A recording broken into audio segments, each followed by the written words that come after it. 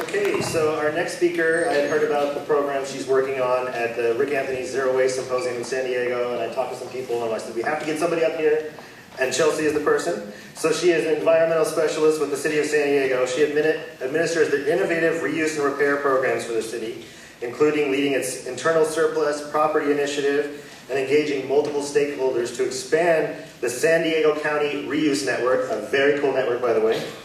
Her work has helped San Diego move forward with its zero waste efforts by making sure that items can be reused and repaired and get diverted from landfill. Chelsea is also passionate about reuse in her own time. She refurbishes candles and darn socks. Please welcome Chelsea Klaseus.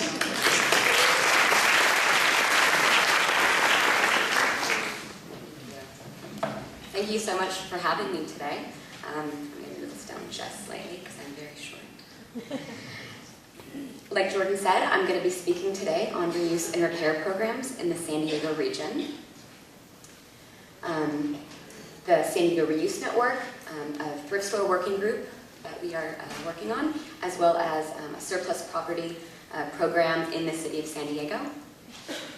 So, the San Diego Reuse Network, it truly is a regional collaboration. I am just one of the members. The inspiration for the San Diego Reuse Network actually started in 2011 when we attended the 2011 CRA conference and heard Paul Martinson speak on resource recovery parks, as well as urban ore. These were just two of our inspirations. So, in the end of 2011, Mike Wansidler with the County of San Diego and Manuel Medrano with the City of Chula Vista convened a meeting of stakeholders to discuss opportunities and barriers in moving forward on a resource recovery park and the various models that could potentially work in our region and are taking into consideration the unique aspects of our region, our proximity to Mexico, etc.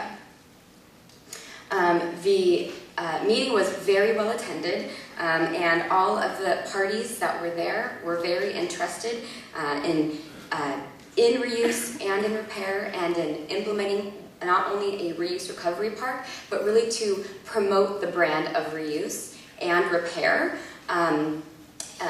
And just taking that next step. So it wasn't just municipalities, though it was every municipality in the region. It was also local businesses. So one of the while we were talking, we were not only going over concepts of the reuse recovery park, but we thought, okay, here are the different concepts that could potentially work. Well, okay, what kind of materials are we going to want to focus on? So we started rattling off material types. We started rattling off, okay, what are those possible partnerships that we could have, the clusters of businesses? What are the businesses that are even in this industry? And what we found out was that there was not a way for reuse and repair companies and businesses to self-identify. And so the first step was really to create a formalized network. And that was some of the information that we discussed in these initial meetings. We decided that, where do we go from here? We wanted to create a steering committee. We needed to identify these partners, create a formalized network of who these businesses are that we want to be able to promote and network with and collaborate with and create just opportunities to grow and expand. Obviously, there's financing in this as well. So what we did was we approached the San Diego Regional Association of Governments, which is SANDAG, and the Technical Advisory Committee. We presented what our ideas were, and we were able to get full support. So we asked the Technical Advisory Committee for funding.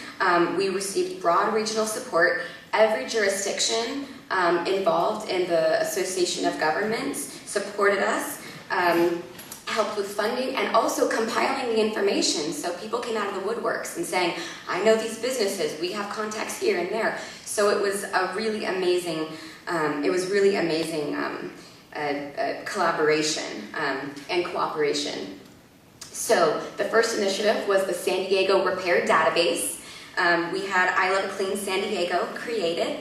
After all was said and done, we had 300 reuse and repair businesses. It continues to grow all the time. They already had a recycling database, so we were actually able to augment that database to include reuse businesses. So if someone was looking to recycle an item, they would also see options for reuse. So that was something really exciting that we did. One question that I've been told to propose to this update to the audience is, we wouldn't be opposed to potentially linking our database to Yelp or to different search engines. And I know that there's lots of tech-savvy people up here in the Bay. So if anyone wants to find me after, if you have ideas, let us know, because the more we can spread the promotion of these businesses, the better. We also, other initiatives that we are working on, we have biannual reuse and repair fairs, which is a way for us to promote the brand of reuse and repair, create behavioral change, cultural change, and really just take that next step, right? We're all in the business of recycling. We're all in the business, hopefully, of, source reduction. But reuse and repair is something that municipalities can be pioneers on expanding and implementing, especially if you have regional support and collaboration. We are currently having a reuse fair at our upcoming Earth Fair with demonstrations and subsidized booths for these smaller nonprofits. Zero landfill is another initiative we're a part of, which started out of Ohio, but there are regional zero landfill events, which is basically taking all of the samples and waste from architectural and design firms, repurposing them and giving them to artists and to students. And so that's another way to be able to reuse material. So obviously our long-term goal is a resource recovery park. This will take interjurisdictional effort, and it is something that we are working on. One of the things we found in our network of collaboration was we were able to connect people and businesses to each other. There is a development of potentially somewhere down the road of an East Otay landfill down in Otay Mesa, and through conversations they're actually going to be incorporating the design of a resource recovery park into their facility, which is very exciting. Donated warehouse space to Sustainable Surplus Property, which is a member of the network. And we don't just want one location. We really think about co-location down by the Mexican border. There are a lot of recycling companies, and it's a recycling market development zone, so we see a lot of things that could happen down there with clusters of businesses, as well as up in Point Loma. We've got a lot of construction demolition contractors, as well as nonprofits that take deconstructed materials, and job training nonprofits in that area. So there's lots of different ways. It's not just one park, but we want to co-locate industries. It's really about linking partners to build the groundswell of reuse and repair into a more formal industry group, and municipalities are really have to be the pioneers to step up and say, we're going to make these connections, we are going to promote this brand, and be the ones who take that next step. The next item I want to speak on is the San Diego Thrift Store Working Group. And of course, this is just a stock photo, but it's really about bringing the people together.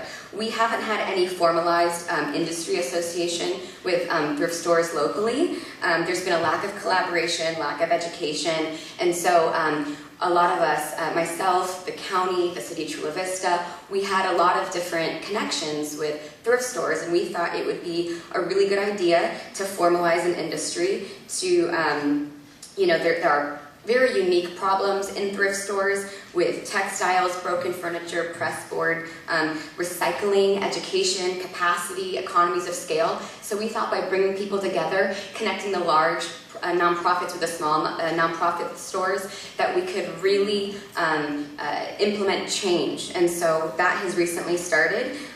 We have been troubleshooting problems, finding solutions. We've been collaborating with each other.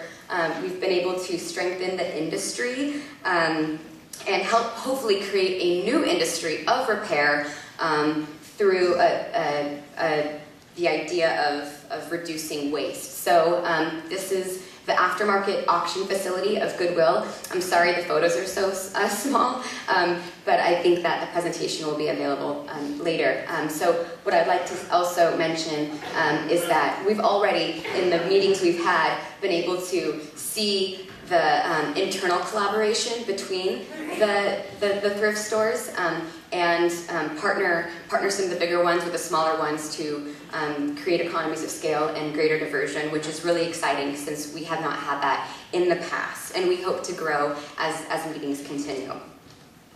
Lastly, I'm going to speak on surplus property, and I will just run through it real quick. So I just, working on reuse, I asked a question: what are internal properties, internal surplus property, things that we're doing? We have this, San Francisco calls there a virtual warehouse. It's basically an online surplus property presence. And so what we've learned is that, we have all these programs for recycling, but what do we do with our internal practices? What if you don't have storage, right? So people are used to Craigslist and things like that now, so we have to make it easy. You have to create standard operating procedures, so different departments can own the process themselves. You have to integrate all of your different departments to work together: purchasing and contracting, IT, environmental services, and others. We've had on-site events where in one alone we had over 1,000 pieces moved, large pieces moved, 3 full trailers to auction, 7 tons of materials recycled. That's just one event. So there's a lot of internal redistribution. It comes down to what your city's policies are. So look at your municipal code. When your city or your county says, in the city's best interest, what does that mean? What steps can we take to make landfilling the last possible option? Okay, thank you.